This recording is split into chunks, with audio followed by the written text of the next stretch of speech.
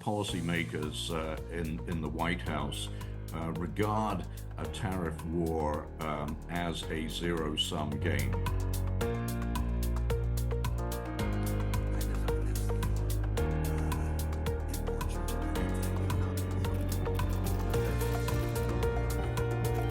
The Warren Buffett parable that you refer to relates to two islands. One is called Thriftville and one is called Squanderville. And Thriftville runs a trade surplus with Squanderville. In other words, Thriftville makes a lot of good stuff and sells it to Squanderville, and Squanderville ends up owing so much to Thriftville that Thriftville ends up taking over Squanderville's land.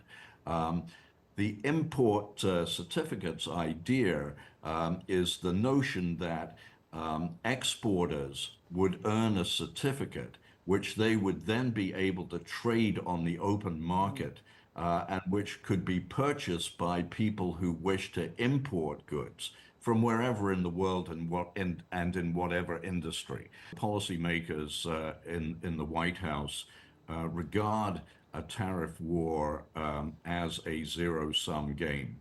And they believe that the tariffs can inflict more pain on China than the US will suffer in a bilateral tariff war.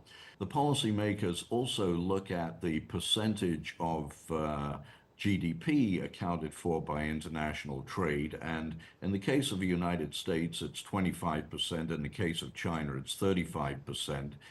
The US, although it is a very strong player internationally, is actually quite a self-sufficient economy, doesn't rely so much on international trade.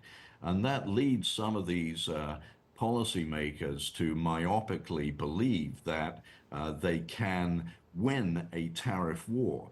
When in actuality, 95% of economists, I think, would argue that the law of comparative advantage means that different countries should be doing what different countries can do best.